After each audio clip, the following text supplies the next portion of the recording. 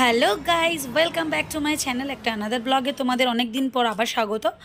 তো চলো ব্লগটা শুরু করার আগে কিছু ঝলক তোমাদের দেখিয়ে দিই কি রিলেটেড ব্লগ, আশা করছি তোমরা বুঝতে পেরেছো। তো দেখো, আজকের আমার মায়ের জন্মদিন আর আমি বদমাশি বুদ্ধি করে বাবাকে দিয়ে মাকে প্রপোজ করাচ্ছি। আজকের এই জন্মদিনে বাবা একটা না ওই পলার ওপরে সোনার আংটি মাকে গিফট করেছে। আর আমি যেহেতু আগাগোড়াই একটু বদমাশ বেশি, তো সেই জিনিসটা আমি এখানে করছি। আর আমার এখানে মানে ভাই রয়েছে, ভাইয়ের বউ আর আমি মিলে বদমাইশি বুদ্ধিগুলো শুরু করেছিলাম। যাই হোক, আর দেখো আমি বাবা মাকে শেখাচ্ছি যেন তোতা পাখি যেন বুলি শেখায়, আমি ওরকমভাবে শেখাচ্ছি, কেন ওনারা এইসব জিনিসগুলো জানে না। আর সবথেকে বড় কথা হলো এটাই, বাবা মারা না নিজেদের জন্মদিন কবে, বিবাহবার্ষিকী কবে, এগুলো কোনোদিনও মনে রাখে না, কেন আমাদেরই জন্য সব কিছু করতে করতে তারা নিজেদের কিছুই করা হয়নি। আর দেখো, জন্মদিন উপলক্ষে একটা ছোটোখাটো বিরিয়ানির আয়োজন করা হয়েছে, আর বিরিয়ানির অলমোস্ট সব এখানে কমপ্লিট করে রেডি করা রয়েছে। আমি যেহেতু বাড়িতে ছিলাম না, তাই প্রথম থেকে তোমাদের সঙ্গে সবটা শেয়ার করতে পারলাম না, যতটুকু ক্যাপচার করতে পেরেছি তো ততটুকুই তোমাদের সঙ্গে এখানে করছি, মানে দেখাচ্ছি আর কি। তো ওইদিকেই পার্টটা তো হয়ে গেল, আর এখানে তৈরি হচ্ছে বিরিয়ানি। আর দেখো, বিরিয়ানি অলমোস্ট সব কমপ্লিট হয়ে গেছে, কিন্তু চিকেনটা আমি কষেছিলাম। হ্যাঁ, তো যাই হোক, এখানে কাকিমা এখন বিরিয়ানির লেয়ার সাজাচ্ছিল। আর মানে মায়ের জন্মদিনে এই বিরিয়ানির হাঁড়ি খুঁজে পাওয়া যাচ্ছিল না, তাই অনেক কষ্ট করে একটা কাকিমার থেকে এটা অ্যারেঞ্জ করা হয়েছে। যাই হোক, দেখো, মা এমনই একটা জিনিস যে সবার না ভালো মন্দ খোঁজ রাখে, আমরা কি খাবো না খাবো, মানে কি করব না করব, সব জিনিসটা মাই খোঁজ রাখে। আমরা কোনোদিনও না মায়ের এই জিনিসটা বুঝতে পারি না, মা কি চায়, বা কোনোদিনও উনি মুখ ফুটেও কিছু বলে না, কোনো কিছু চায়ও না, ডিমান্ডও রাখে না। এই জন্যই তো মাই হয়, আর অন্য কেউ এবার যাই হোক না কেন। তো আমি এই মায়ের জন্মদিনে একটুখানি ব্লগটা করতে দেরি হয়ে গেল। 20 মার্চ আমার মায়ের বার্থডে ছিল, তো সেই দিনই ব্লগকে শ্যুট করেছিলাম, বাট কাজের চাপের জন্য এডিটটা করা হয়নি। আর দেখো, বিরিয়ানির লেয়ার অলমোস্ট এই মানে লাস্ট লেয়ারটা কমপ্লিট হলে হয়ে যাবে আমাদের বিরিয়ানিটা, তারপর ভাপে আমরা তুলে দেবো হাঁড়িটাকে।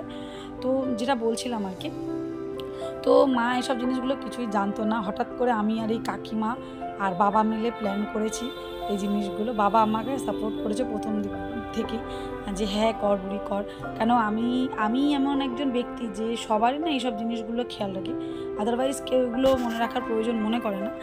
যাই হোক, তো সন্তান হিসেবে আমার যে একটা বাবা মার প্রতি দায়িত্ব কর্তব্য আছে, সেটা আমি সবসময় করে যাব।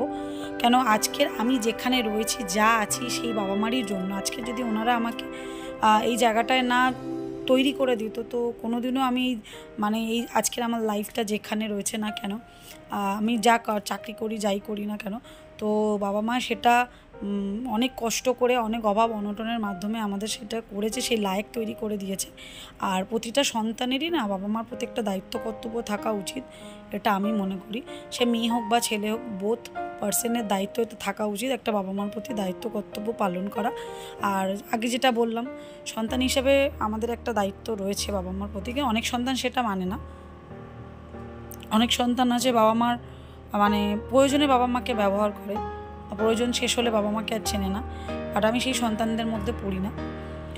কেন আমি মনে করি এটাই, আজকের বাবা মারা যদি আমাদের এই দুনিয়ার আলো ভালো না দেখাতো, আমাদের পড়াশোনা না করাতো, আমাদেরকে ভালো মন্দ না খাইয়ে মানুষ করতো, তাহলে আজকের আমরা কেউ এই জায়গাটায় থাকতে পারতাম না। তাই এই ছোটোখাটো আয়োজন করেছি মায়ের জন্য। কোনোদিনও মায়ের বার্থডে সেলিব্রেট করা হয় না, বাবারটা করা হয়, বাবার 2 জানুয়ারি, তো বাবারটা করা হয়, মানে কেন তখন 1 জানুয়ারি থাকে, তো সে তালে তালে হয়ে যায়, বাট মায়েরটা কেউই মনে রাখে না, তো আমি এইগুলো মনে রাখি। তো এবার ভাবলাম যে একটু মায়ের জন্মদিনটা সেলিব্রেট করে একটু সারপ্রাইজ প্ল্যান করা যাক। তো সেই ক্ষেত্রে এটা ছোট্টখাট্ট একটা আয়োজন করা, বেশি কেউ আসেনি, আমার 2 বন্ধু আর আমার এই ভাই বোনরাই দুজনে এসেছিলো। তো দেখো, বিরিয়ানি ভাপে তোলা হয়ে গেছে, আর এবার হচ্ছে কেক কাটা। দেখো, আমি বদমাস মেয়ে, তোমরা সবাই জানো ভালো করে, ব্যাকগ্রাউন্ডের সাউন্ডটা আমারই আছে।